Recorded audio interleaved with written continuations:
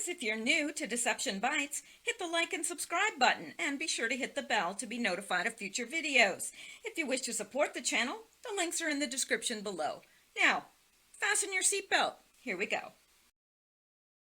Okay guys, I'm back and it's Saturday and it is September 21st and it's 9:54 p.m. You may hear my darling baby cats in the background because they're active tonight. And, well, if truth be, they're neither babies nor are they darlings, but I love them anyway. All right, let's get into the news. And we are going to come over here and get right into it. I do have some people to thank, but I will do that at the end of the video because I know there are people that don't like a lot of stuff at the beginning. They want me to get right into it. And so I'll leave the chatting more or less till the end. I say more or less because, well, you know, I'll try my best. All right, let's get into this. I've got a lot of stuff to go over tonight, and I am still working on a big story that I'm going to do, but it's taking a heck of a lot more research than I intended on it taking, but I do think it's extremely important, and I am pushing through with that. All right, now let's look at this. Breaking 11 count indictment handed down in Russian bribery case involving uranium-1. Clinton, Obama, Mueller, Comey, McCabe, Rosenstein, Holder, Lynch facing criminal prosecution. Now, I think that we would all agree, 100% of us, that this is good news. In fact, the only person that might think it's not good news are probably Clinton, Obama, Mueller, Comey, McCabe, Rosenstein, Holder, and Lynch, and the deep state. Those people are probably not so happy about this, but the rest of us, yeah, pretty stoked. All right, let's take a look at this. The Justice Department released the first in what promises to be a series of nightmare statements for Hillary Clinton and members of the Obama administration on Friday. Yesterday's statement comes under the banner of Justice News, Department of Justice. And it says here, for immediate release, former president of Maryland-based transportation company indicted on 11 counts related to foreign bribery, fraud, and money laundering scheme. Executive allegedly paid bribes to a Russian official so his company could win highly sensitive nuclear fuel transportation contracts. The charges are explained in the third paragraph of the DOJ's statement. Mark Lambert, 54, of Mount Airy, Maryland, was charged in an 11-count indictment with 1 count of conspiracy to violate the Foreign Corrupt Practices Act, or FCPA, and commit wire fraud. 7 counts of violating the FCPA, 2 counts of wire fraud, and 1 count of international promotion money laundering. The charges stem from an alleged scheme to bribe Vadim Mikurin, a Russian official at JSC Techsnab Export, or TENEX, a subsidiary of the Russia's State Atomic Energy Corporation and the sole supplier and exporter of Russian Federation uranium and uranium enrichment services to nuclear power companies worldwide in order to secure contracts with TENEX. We've been waiting for the indictments to start being handed down since a confidential informant came forward last October. John Solomon, and of course we know that he is one of the good reporters, one of the very good reporters, and we know that the Obama administration speaks highly of him, so I would assume we can trust him. That would be my assumption. John Solomon first reported the CI's existence, whose evidence showed that before the Obama administration approved a controversial deal in 2010, giving Moscow control of a large swath of American uranium, the FBI had gathered substantial evidence that Russian nuclear industry officials were engaged in bribery, kickbacks, extortion, and money laundering designed to grow Vladimir Putin's atomic energy business inside the United States, according to government documents and interviews. Back in October, we reported that the FBI knew about this, but never disclosed that agents working for the then FBI Director Robert Mueller had obtained extensive financial records, secret recordings, and had intercepted emails that dated as far back as 2009, Obama's first year in office. Yeah, very interesting stuff. FBI and court documents showed that Mueller was well aware that this violated the Foreign Corrupt Practices Act, yet he remained silent under orders from Obama's Department of Justice. It was also known that the FBI had an eyewitness backed by significant documentation that was in possession of evidence Russian nuclear officials had routed multiple payoffs of millions of dollars each to benefit former President Bill Clinton's charitable foundation during the time Secretary of State Hillary Clinton served on government body that approved questionable decisions to Moscow.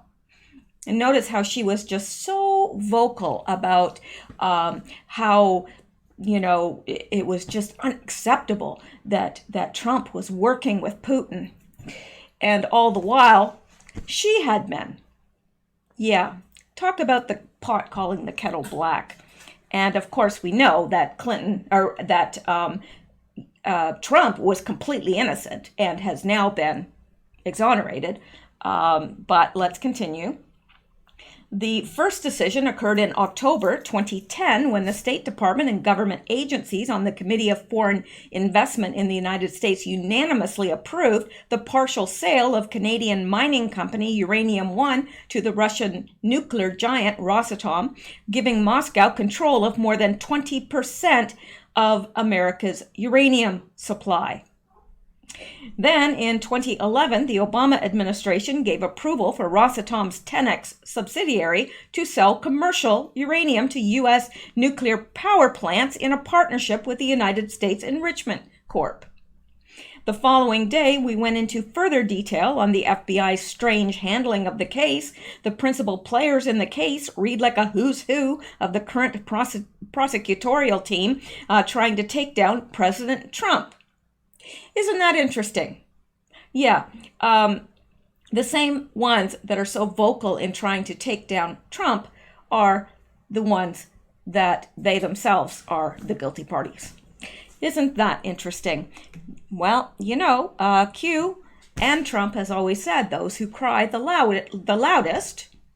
Yeah, and we've proven that again and again and again. Those that have the most to say against Trump have the most to lose with him continuing in power.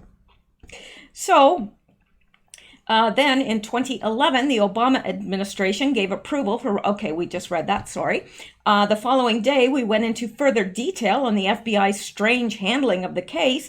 The principal players in the case read like a who's who of the current prosecutorial team trying to take down President Trump. I read it again, but hey, there's no harm in, reiterating it. Now, the deputy director of the DOJ, Rod Rosenstein, was the U.S. attorney for the District of Maryland, where the investigation took place. After Attorney General Jeff Sessions recused himself, Rosenstein appointed Robert Mueller as special counsel without evidence of an underlying crime. Mueller was charged with finding one, not just the one that was staring him in the face. And this is interesting. Show me the man and I'll find you the crime. And that is by Chief of Stalin's Secret Police. Yeah. Show me the man and I'll find you the crime. And that's exactly what they did with President Trump. Basically, it was find a crime. Do whatever you have to do. Leave no stone unturned. Find it. Or manufacture it. Current FBI Deputy Director Andrew McCabe was in charge of the investigation into McCarran and Rosatom 10X back in 2009. Boy, this is an interesting list of people, isn't it? Yeah, all the people that were so dead set on taking Trump down. Why did they want to take Trump down?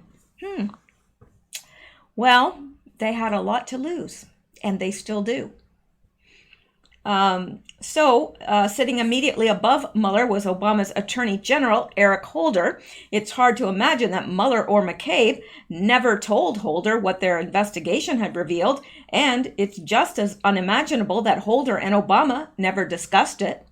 More likely, Obama and Clinton conspired to sell the uranium to Russia, each for their own reasons, with Obama giving a stand-down order to Mueller and McCabe to squash the investigation. Such an arrangement would closely mirror the stand-down order Loretta Lynch, who succeeded Holder as Attorney General, gave to Jim Comey, who succeeded Mueller as FBI Director regarding the Clinton email investigation. The significance of the indictment against Lambert comes from its potential to be the tip of the iceberg. For those of you who want to prove Russian collusion at the highest levels of government, you are about to see your dreams realized. Or not. Mueller, Comey, McCabe, Rosenstein, Holder, Lynch, Clinton, and Obama all had a hand in it, and they are compounded. And then they compounded their assault on our American democracy by attempting a coup against President Trump to keep their corrupt dealings hidden from the public. Has anything like this ever happened in the history of America? Not to my knowledge. The mainstream media has been complicit in all of this. They have remained silent on reporting this indictment as they remained silent back in October. Instead, they want us fixated on whether it's appropriate to call a shithole a shitehold. And isn't that true? I just pray that this will, turn into something. I mean, this has got to be revealed to everyone. And it's certainly not going to be revealed in the mainstream media, is it? They are, they're in the pockets of the deep state. So, and really with all this about Trudeau, it makes me wonder, and perhaps it's just me, but I wonder if all this that's coming up about Trudeau might be coming from people in the Trump camp, Trump administration. Now, I know you're saying, why are you saying that? Well, you think about it. Canada's a big country. They're letting in, Trudeau has said that he's going to let in 1 million more immigrants. Well, refugees, he calls them. So I am noticing in this small area where I live, it is an astronomical sum of migrants that are coming in. And I mean, every day that I go to the grocery store, I'm seeing more and more crowds of people that are obviously not from here. Now, do I care? Well, if they are wanting to assimilate into Canadian society and work and pay taxes and, obey the law, fine. But I have a feeling they're not being properly vetted. That is a security risk to the United States. Justin Trudeau is a security risk to the United States. Why do I say that? Well, he's a globalist. He's in the pocket of Soros and the rest of them. He donated millions and millions of Canadian taxpayer money to the Clinton Foundation. What does that tell you? This man is not for the good of Canada and has done everything in his power to pull it down, tear it down. Very much like the Democrats in the States, that's what's happening here with the very liberal Justin Trudeau. Very, very liberal. You talk about being far left, he's about as far left as you can get without falling over the edge. So I wonder, it makes me wonder, did someone in the Trump, they have everything. Remember, they have it all. They're quite capable of digging up all these instances of Trump of Justin in blackface or brownface, as he says, because he likes to soften the blow. It's not blackface, it's brown face. Well, if you've seen the pictures, it doesn't get any blacker than that. So, yeah. And it leads me to wonder, because he's involved in this as well, this whole uranium thing. The Canadian government is not innocent in all this at all.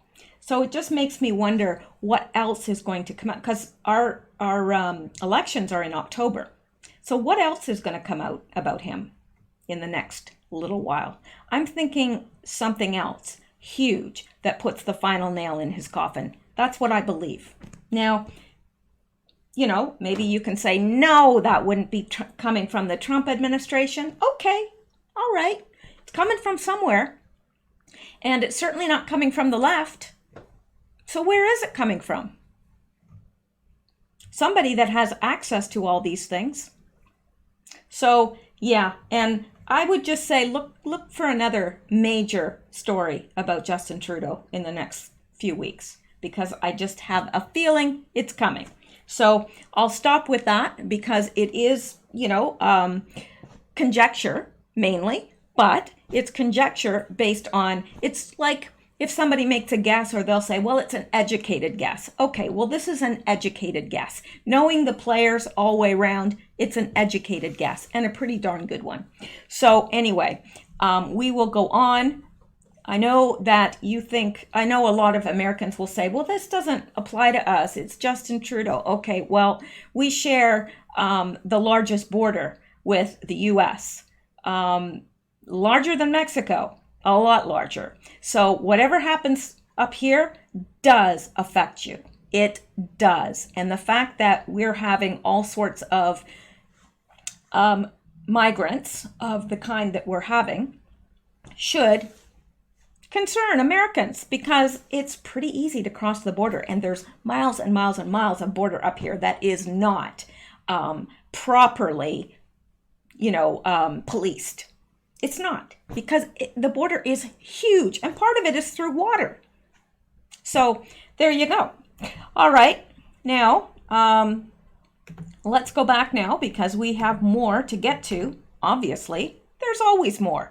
Now, this, again, is something very interesting, and I think you will find it interesting as well, because I've gotten to know a lot of you because of your comments and so forth, and you send me mail, you know, all sorts of things. So I do feel like I know you, and I think you'll be interested in this. Jeffrey Epstein reportedly paid doctors to medicate sex slaves. This is in the New York Post, so I feel like I can get away now, maybe with saying this without coding it. Victims of multimillionaire pedophile Jeffrey Epstein said he paid doctors and psychiatrists to prescribe them tranquilizers and antidepressants, a report said Friday. Is there no depth to his depravity? I don't think so.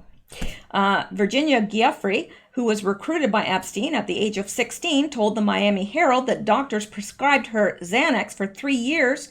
For the 3 years she was abused by him, the financier provided medical care for his sex slaves using his recommended doctors. There were doctors and psychiatrists and gynecologists visit. There were dentists who whitened our teeth, she told the newspaper. There was a doctor who gave me Xanax. What doctor in their right mind, who is supposed to protect their patients, gives girls and young women Xanax, she added. Sarah Ransom, who was 22 when she was trafficked by Epstein from her native South Africa, said she was taken to a psychiatrist and prescribed lithium. When she was on the verge of a mental breakdown, you could see it in our faces. We were damaged. We were medicated, she told the Herald. The prescriptions for the victims were part of what lawyer Bradley Edwards called the Epstein process, the Herald reported. Edwards, who is suing federal prosecutors in South Florida over the handling of Epstein's sex trafficking case in 2008, described the process as psychological manipulation by Epstein. He would find out they have no home, no car, that they need a place to live, and he would provide a place to live, Edwards told the Herald. He could get you to the best doctors.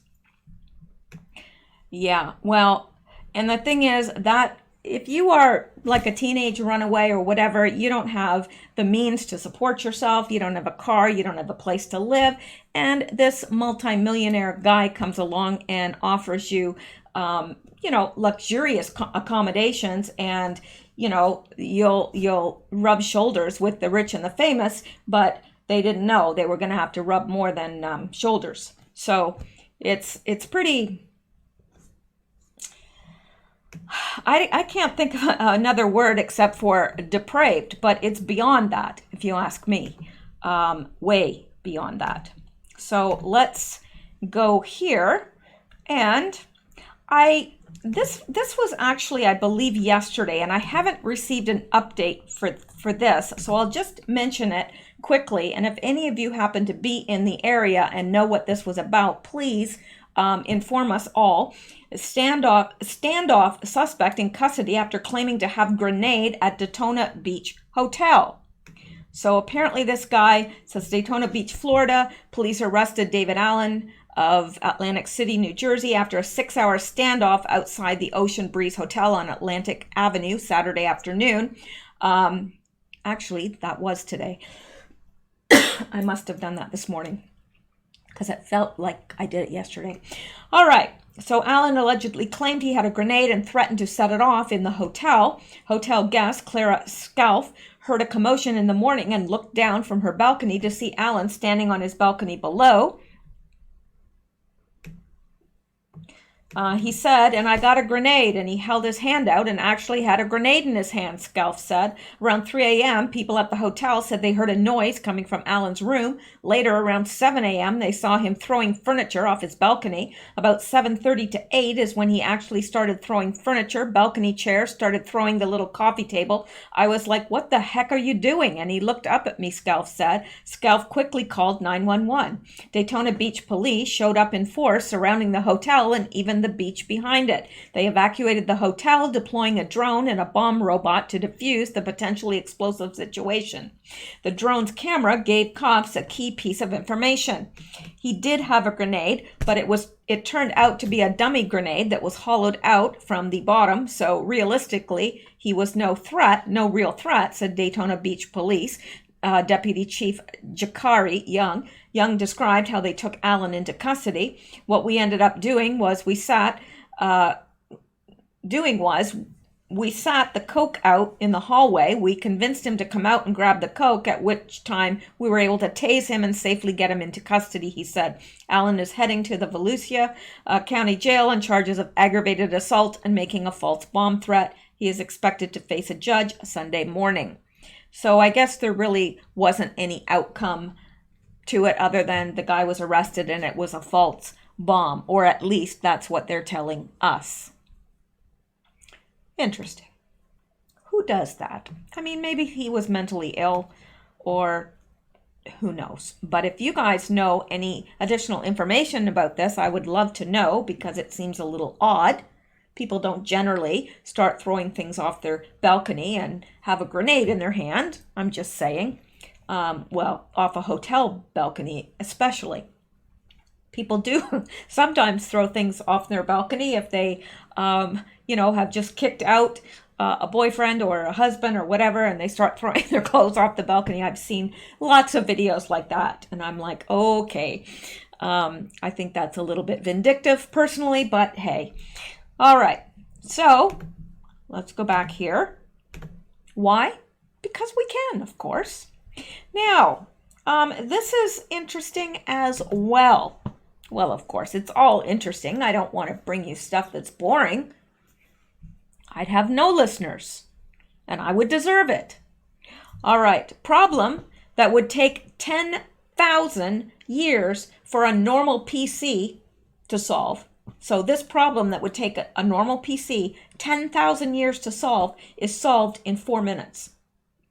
A quantum computer can carry out a single calculation that no conventional computer would be capable of within a reasonable time. Now, here's the interesting part. Researchers at Google have created a computer that can carry out calculations way beyond the reach of traditional computers, it has been reported. The scientists say it marks the achievement of something called quantum supremacy. Quantum supremacy is when a special device called a quantum computer can carry out a single calculation that no conventional computer would be capable of within a reasonable time. According to the Financial Times, the quantum computer called Sycamore worked out whether an algorithm produced a genuinely random sequence of numbers. It took 3 minutes and 20 seconds to come up with an answer, something the most powerful commercially available conventional computer would have taken about 10,000 years to do. And of course, a conventional computer would never last that long. So, I mean, it seems like they make them to last like a year or 2 years, and then you got to get another one. It's unbelievable. Maybe not some of the better ones, but it's unreal, especially if you're like a heavy user. So the FT said a paper, that's Financial Times, said a paper by Google's researchers was briefly posted on a NASA website announcing the breakthrough before being removed. Why would they want it removed? Curious. No. All right. To our knowledge, this experiment marks the first computation that can only be performed on a quantum processor, the Financial Times quoted the paper as saying. So quantum computers are engineered to use a principle in quantum physics that at the subatomic level, matter does not exist in finite states. Now, this is beyond me, not a physics major, not particularly good in math, although they tell me that I am, but I'm not. I think that they had somebody else's test. I really do. But anyway, conventional computers, meanwhile, break down information into a digital state with all numbers made up of a collection of zeros and ones to finite states. Now, I get that part. Because quantum computers are not restricted to designs that require two states, they can potentially operate much faster when dealing with some problems. In theory, information can be processed more quickly when it does not have to be made up of binary zeros and ones. The problem is that some quantum computers need particular conditions in order to function, such as temperatures lower than those found in space. Satya Nadella, the CEO of Microsoft, says quantum computing is one of 3 emerging technologies that will radically reshape the world along with artificial intelligence and augmented reality. Our reality is really already augmented. Our reality is not reality at all. Everything we hear from the news, everything that we view with our eyes, most of it has been is made according to a predetermined narrative. Almost all. We are not living in reality anymore. And if you doubt that, go on a mission trip somewhere, Mosquito Coast, Nicaragua, Honduras. Go to the Mosquito Coast. Very, very, very remote. I've been there. And you stay there for about even just 3 weeks. You will soon realize that you almost go through withdrawal because there's no newspapers, no television, nothing, no running water, no electricity. And you realize that our reality, the rest of the world, or at least a good portion of the world, does not live as we do. Americans and Canadians, for that matter, are ethnocentristic. We tend to think that the world consists of what exists around us, and it doesn't. It doesn't at all. Anyway, I digress.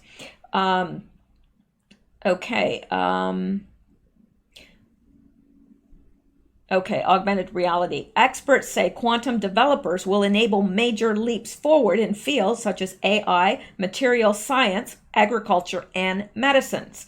A handful of quantum computers have been developed, including a commercially available series by D-Wave. Steve Brearley, founder of quantum software startup Riverlane, told the Financial Times That is the train, if you can hear that, and you probably can. Steve Brearley, founder of quantum software startup Riverlane, told the Financial Times it's a significant milestone and the first time that somebody has shown that quantum computers could outperform classical computers.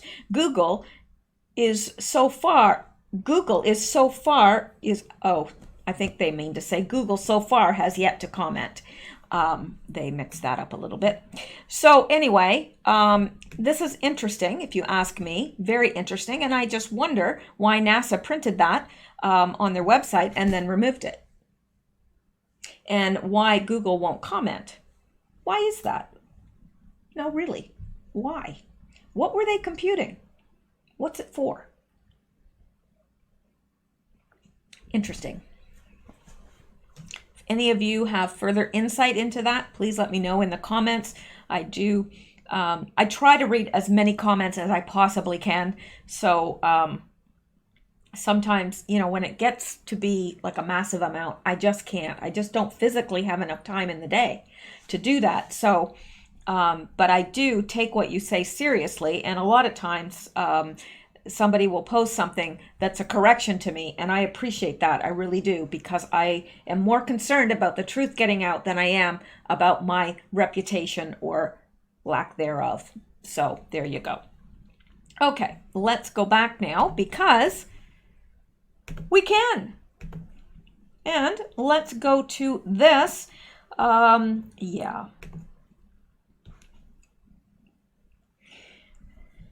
This is very odd. Iran, this was 16 hours ago, and it says Iran to hold joint drills with Russia, China in Sea of Oman. Now, it's a little bit disconcerting if you ask me.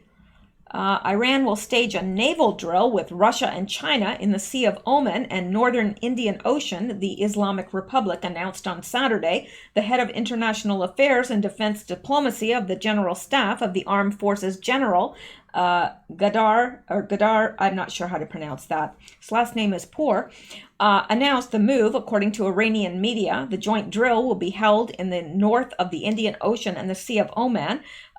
General Pour said, noting, "We have made no plan whatsoever to hold such a drill in the Persian Gulf. Political and military analysts will take into account these events and will consider it in strategic developments," stressing that Iran, Russia, and China joint drill will be conducted in international waters. The Iranian general added, "These exercises have different goals, including the exchange of tactical and military experiences, and sometimes they seek political goals which show a kind of convergence between participants." What he means is, Russia, China, and Iran holding drills is a show of power to anyone that might possibly consider coming against Iran. That's exactly what that is. So, officials at the level of defense ministers, chiefs of staff, and the armed forces and commanders of the armed forces will come to Iran in the near future, and these actions reflect Iran's active defense diplomacy, he added. So I think it is a show of force, personally, and I think we are in dangerous territory with Iran. I don't know. I don't personally believe that Donald Trump wants to go to war with Iran. That is my personal belief based on everything that I've read. I think that the deep state are trying to lure him into a war with Iran. That is what I believe. Now, you can disagree, and you are welcome to. I don't ever delete comments because I disagree with them. I will delete a comment if I think it is a paid shill. That is the only way. Or if offensive language is there, it's usually just deleted anyway. It's sent into a slush pile of comments. And sometimes I go in there and try to clean out the comments from people that I know that may have just done a code word or something. But so there you go. All right. Now, let's go back. You know why? Because we can. And let's look at what else we have. Now, I found this earlier in the day, and it's by Patriot Slewfoot. And it says, just as I predicted earlier, these useful idiot climate change protesters left a mess. They surely aren't worried about our environment. They're just political puppets for the radical left.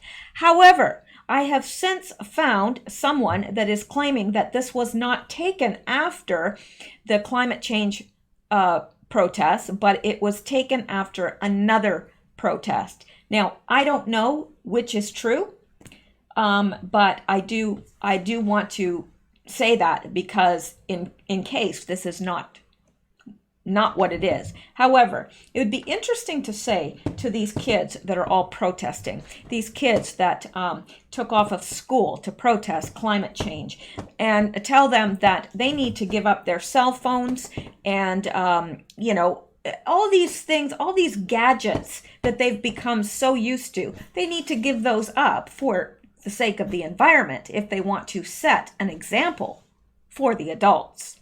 We perhaps should tell them that and see how gung-ho they are on climate change. Anyway, let's go on. Now, this is interesting, to me anyway. Says, oh my goodness, Justin Trudeau now has a Twitter profile picture of him speaking with a black person. These white liberal elites are the most condescending people on earth, and I agree. Anyone that cannot see through that is an idiot. I'm sorry, but really, they are. Because, right after all this brown face outrage, there he is. He changes it to a profile of him talking to a black person. Well, yes, I'm sure that black person should really appreciate being used. Yes, I had to use some Acme Cat Begone. So, isn't that lovely? This would really outrage me if I was this person. It would outrage me because they're being used. Oh, well, he doesn't care about any of that. So, let's go on. Because we've got more to get to. There's always more. And let's look at this. Oh, well, that is a mournful meow. I don't know what the problem is there because he's got food and water and a ton of toys. Things to play with. I don't know. What more could a cat want? Cory Booker memo warns candidate may not be in race much longer without fundraising boost. Well, there's where to put your money if you want to throw it away. Yeah, he needs funds. And I'm sure he'll use them all appropriately. Senator Cory Booker's presidential campaign manager is warning in a memo to staff that the Democratic senator from New Jersey must raise an additional $1.7 million by the end of the third quarter of fundraising, just 10 days away, or the campaign will not have a legitimate long-term path forward. In the memo, campaign manager Adisu Demisi warned that following a weaker than expected cash haul during the early part of September, the next 10 days will determine whether Cory Booker can stay in the race. Let's hope he can't. I'm just saying. Well, he is entertaining though, like in a sort of, he's fun to laugh at. Spartacus. All right, so the existence of the memo was first reported Saturday morning by NBC News and Fox News, confirming the news with multiple sources. Two sources who asked to remain anonymous to speak more freely said it was no accident that the memo was leaked and described it as an effort to spark a surge in fundraising over the next 10 days. Of course it was leaked to spark a raise in fundraising. Of course it is, because all the people that love Spartacus are going, oh no, he might not be able to afford to run. Oh, let me send money. That's how they work. Yeah. So, and a campaign memo sent to political reporters Saturday morning said, this isn't an end of quarter stunt or another one of those memos from a campaign trying to spin the press. This is real, unvarnished look under the hood of our operation at a level of transparency unprecedented in modern presidential campaigns. Oh my gosh. They're so transparent. It's so easy to see through these people. They're like, no, this isn't a stunt. No, it's just like an unvarnished look under the hood of our presidential campaign. Oh, please. Really? Really? Booker, who declared his candidacy for the White House in early February, quickly built a formidable operation in the early voting primary and caucus states. The large staff on the ground in Iowa, New Hampshire, and other early voting states is expensive to maintain. DeMisi warned that while the campaign can continue at its current size and strength, it needs more funding if it wants to expand. Well, yeah, that's about all I want to say about that. Spartacus. Yes, Spartacus, you're going down. You're going down. Yep. Another one bites the dust. All right, and let's look at this. I can't remember what this is, but it must be something good. Or not. Oh, yes. And here's Joe. Here's Joe Biden. Oh my gosh, this is hysterical. And he's like, I'm gonna beat Trump like a drum. Are you kidding me? Really? Oh my gosh. Okay, let's listen to it. Here's what I know. I know Trump deserves to be investigated. He is violating every basic norm of a president. You should be asking him the question, why is he on the phone with a foreign leader, trying to intimidate a foreign leader, if that's what happened. That appears what happened. You should be looking at Trump. Trump's doing this because he knows I'll beat him like a drum. And he's using the abuse of power and every element of the presidency to try to do something to smear me. Everybody looked at this, and everybody's looked at it and said there's nothing there. Ask the right question. Here's what I know. I know Trump. Isn't that funny? He's like, ask the right questions, because they're asking him about him and his son and the fact that he basically bribed an official, a Ukraine official, to drop an investigation into the head of a company that his son was involved with. And so people keep asking him about that. And, he's saying, no, Trump, he's the one that's done something wrong in his, his conversation with a foreign leader. And then he's saying, Trump's doing this. He's doing this because he knows I'll beat him like a drum. Beat him like a drum. Oh my gosh. Oh, you can't make this stuff up. Seriously, you can't make this stuff up. And he's saying to this poor reporter, and I'm not sure, I know his last name is, I think it's Peter Doocy, this guy. And it's the son of Steve Doocy. And he's saying, ask the right question. Ask the right question. It's like, give me a break. So there you go. Biden thinks he's going to beat Trump like a drum. He probably doesn't even remember what a drum is. I don't know. But it's out there. It's really, really out there. I'm telling you, this guy's losing it. He's losing it.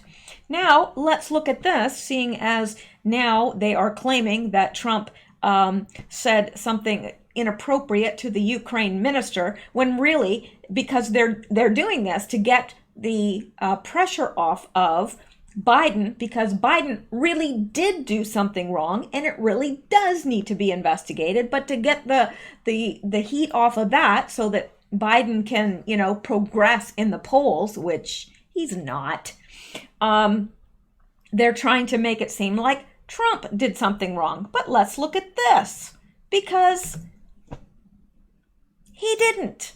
Of course he didn't. How I fought hemorrhoids. I found one helpful trick. I'm just saying. I'm just reading what's there. That's not what we're reading, though. It was all a lie. Ukrainian foreign minister denies Trump put pressure on president during July call. Of course he didn't. He didn't. Even the Ukrainians are saying that. It's all made up. And why? To take the pressure off of Biden. I'm going to beat Trump Trump knows I'm going to beat him like a drum. I'm going to beat him like a drum, man. Me and Corn Pop. We're going to hunt him down and beat him like a drum. Yeah. Corn Pop, man. Yeah, he was a rough dude. He was a rough dude, that Corn Pop. All right, on Saturday, Foreign Minister Vadim Peresteko denied that President Donald Trump put pressure on President Volodymyr Zelensky during a July phone call. He spoke with the media on Saturday morning, and so it says, Ukrainian Foreign Minister Vadim Peresteko on Saturday denied suggestions U.S. President Donald Trump had put pressure on Ukrainian leader Volodymyr Zelensky during a phone call in July. In an interview with media outlet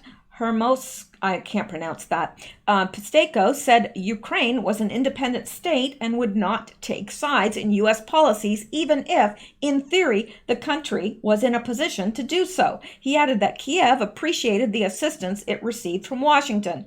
On Friday, reports by U.S. media outlets said Trump repeatedly pressured Ukraine's president to investigate Joe Biden, one of Trump's chief political rivals, in a July phone call. The call featured in a classified whistleblower complaint that had sparked a political battle between Democrats warning of a national security threat and Republicans turning it into an attack on Biden, a frontrunner in the field of Democrats. I'm sorry, this over here just took my eyes over there, and I thought, that is absolutely disgusting. But I digress. Let's go back.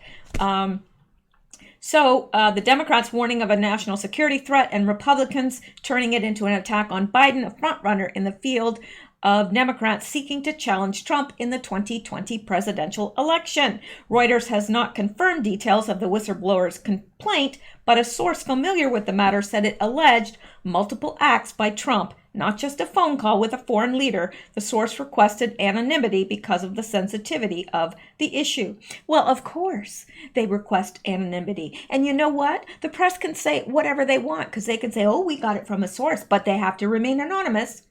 Meanwhile, there's no source, or the source is not reliable.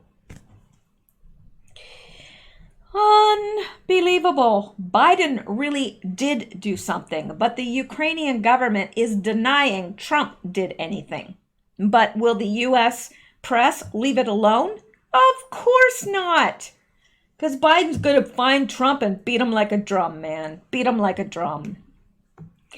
And with this news, another fake news media cycle is now complete. The fake news media cycle: 1. Deep state liberal hack with huge ego leaks classified information to liberal press in an attempt to ruin President Trump. 2. Liberal hacks in press gladly take the information and blast it in a damning special report to take down Trump. 3. Every liberal mainstream media outlet regurgitates the smear in screaming headlines. 4. The smear falls completely apart. 5. Within hours, the unthinking parrots in the liberal media backtrack, retract, clarify, or update their smear. 6. Media looks like complete asses. 7. Back to step 1. And it's just rinse and repeat, rinse and repeat, rinse and repeat, right? It's the same stuff all the time. And it has been going on since Trump decided to run for president. So, and I don't know if it'll ever quit or not. But I don't know how this man holds up in light of it all. I don't know. He must be superhuman, or he must have, I don't know, because I sure couldn't. I don't know anybody that could. I really don't. So anyway, just another one. And let's go on. We have a few more minutes. And this, I think you should find very disconcerting, but that is the understatement of the century. Let's look at this. And this is by Newsweek. Okay, and this is in their Tech and Science division site on dark web fundraises for Donald Trump's assassination. Now, this was actually, I'm not sure why I am, because this came up in my new feeds, but this says it was from 12/8/2016. So I'm not going to go into this. I really thought that this was, current because it came up in my feed, but I'm wrong. So I'll admit it when I'm wrong. But the fact that there really was a dark web fundraising for his assassination is quite disconcerting, to say the least. Now, all right, now let's look at this. Just because we've already looked at something to do with Donald Trump, and I think that this will interest you. I think that this will interest you a lot. Castro told his son that Justine was his half-brother. Now, this is by Henry McCow, and he has some good stuff. I've actually followed him on Twitter, but he's got a website as well. He's Canadian. I don't know him personally, but I have read several of his articles over the years. Now, it says, despite Justine being part of an inbreeding Satanist communist cult, he is being called on blackface pranks 20 years ago. Canada. Now, this is Margaret Trudeau here, and this is Justine, and he is giving his, who they claim is his real father, a kiss on the cheek. So let's look at this because it's going to explain it more. And this from a website called Ruthfully Yours, the right news front and center. Cuba claims Justin Trudeau is Fidel Castro's son. The suicide note left by Fidel Castro's eldest son has rocked the Cuban nation this week with the most astonishing. Now, this is from last year, February 13th, 2018. But this is the first time seeing it, and I saw it on Henry McCow's. He's been commenting a lot about the blackface and so forth. So now it's not the first time I'm hearing that he's Fidel Castro's son. I mean, that's been a rumor for as long as I can remember. But this particular article, it's the first time I'm seeing this. The suicide note left by Fidel Castro's eldest son has rocked the Cuban nation this week, with the most astonishing revelation being the claim that Canadian Prime Minister Justin Trudeau was his half-brother and the son of late Fidel Castro. The handwritten note left by Fidel Castro Diaz Balart, 68, the eldest of Fidel Castro's children, appears to confirm the long-standing rumor in Cuba that Fidel Castro fathered Justin Trudeau after a public tryst with Margaret Trudeau in 1970. Castro Diaz Balart, who has been attended by a group of doctors for several months due to a state of profound depression, committed suicide this morning, Cuba Debate website reported. The death of the high-profile government nuclear scientist, also known as Fidelito, or Little Fidel, because of how much he looked like his father, stunned the nation. However, it is his explosive suicide note that has set tongues wagging in Havana. Amid a wide-ranging barrage of complaints, the note suggested Fidelito was angry with his late father, the revolutionary Cuban dictator. Fidelito wrote that his father, Fidel Castro, was always comparing me unfavorably with Justin and dismissing my achievements in comparison to his success in Canada. But what was I to do? I am Cuban. My brother is Canadian. If he was born and raised in Cuba, he would have lived in our father's shadow forever, just like me.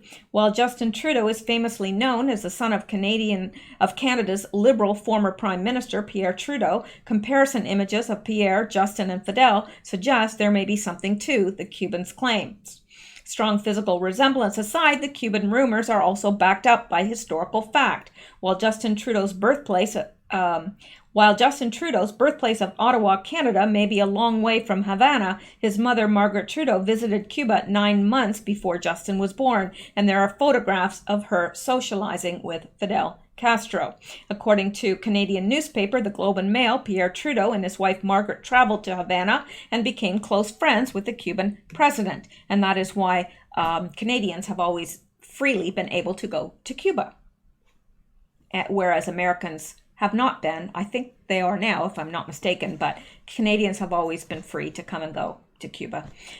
So anyway, Pierre Trudeau and Fidel Castro's paths crossed for the first time in 1970, the Globe reports, before explaining the Trudeaus had such a great time on the Caribbean island that an enduring friendship between the arch-liberal Pierre Trudeau and Marxist revolutionary Fidel Castro was forged. Before shocking Canada by marrying the sitting Prime Minister of Canada, Margaret was famous in the 1970s for risque behavior. And boy, was she ever.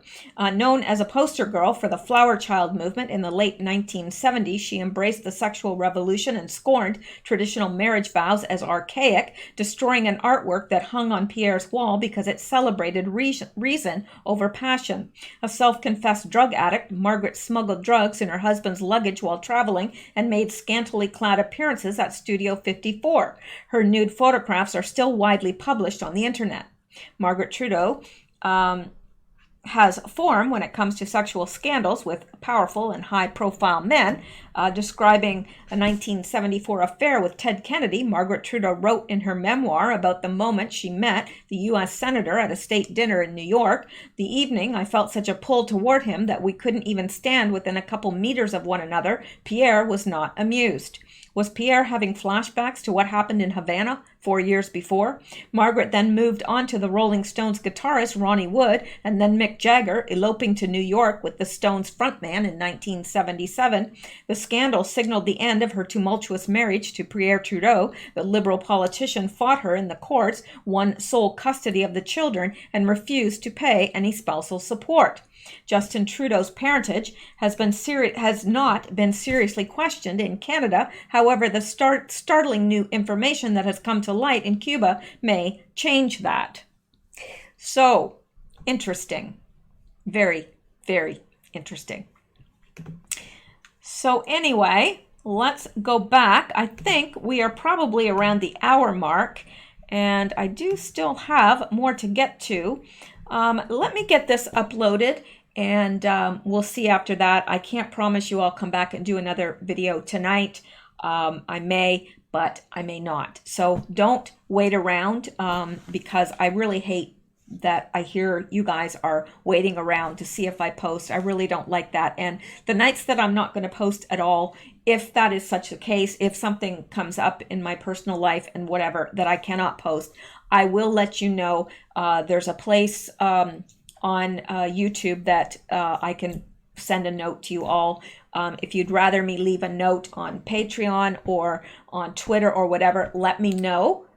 Because I do want to keep you informed. I am going to start being more active with Patreon. So I know I've said that before, but I really do have a friend that is helping me to get more organized with all of this, because between the emails and everything that I get, it is hard to keep up with. There's more work to this than it appears. There really is. So anyway, it's not just sitting down in front of a video for an hour and that's it, because you have to look for all this stuff and research it, and there's other research that I do as well, and you know, replying to people in emails, and it goes on and on. Not that I'm complaining at all. I love doing this. I love the interaction with you guys, so I'm not complaining at all. But before I end this one, I do want to thank a few people. These are the people that have contributed through Coffee, and so there is Terry Todd, thank you, Liz, Debbie Lockwood, an Anon, and I've decided not to, you know, these people that just put Anon, I'm going to just say Anon. I'm not going to allude to their name because I don't think that's fair to them. And Diane Haney, and I don't know why I put W there. I'm not sure. anyway, these are the people that have contributed over the last 3 days to coffee, and I appreciate it. It keeps me going. It really does contribute to this channel, and it enables me to do what I do. So it's important, and I appreciate it, because I know you have a choice of where to give your support. I understand that perfectly well, and there's a lot of good people out there that also deserve support. I understand that as well, and the fact that people choose to support me, I am humbled by that. I really am. Also, in the mail, I got some mail on Friday. Ms. Williams, she's in Michigan. She does not want me to tell her first name. And she wrote a letter and donation, and sent a donation, a wonderful letter. And then Pamela Vaughn in Greece, she sent a book that she wrote. And I am reading that, Pamela. I appreciate it. And I am reading it and considering what it says. So thank you for that. And Susan G. and Charlie is her cat. She's from Maine, and she sent a wonderful card and note. And actually, let me show you her cats. I will do this so you can't see what she said to me, because, well, and let me see here if you can see her cat, Charlie. Cute. Adorable. I love it when people send me pictures of their cats, even if it's a dog or a ferret or a bird. I love animals, all animals. Anyway, let's go back here and let me thank Brenda T. And she's from Salt Spring Island in British Columbia. And I have a friend of mine, very good friend of mine actually, has been there. I have been to BC and all over there, but I have not been to Salt Spring Island. But she said it's absolutely beautiful. She sent me a couple postcards from there and with a note and donation. So thank you so much, Brenda, from Salt Spring Island, BC. Hopefully someday I'll get out there to visit your island, because I hear it is beautiful. So anyway, that is my thank you to everyone that has donated in the last couple days, and I appreciate it so much. I really do. Now, you guys have a great night, and if I do have the energy to come back, I will. I've still got a lot to cover, and I'm sure that tomorrow will bring its own news, so I don't want to get too far behind. And the things that I have picked out for you today are things that I do want to get covered. So, all right, guys, thank you so much, and I will see you soon. Love you guys. I really do. I get such a kick out of you. I mean, I really do. Like, if you want to see something funny, check out the comments by JJ Dillon. He is a hoot. And there are some others of you too that your comments just make me laugh. So anyway, so you are my entertainment. I know some people say, you're my entertainment. No, you're my entertainment.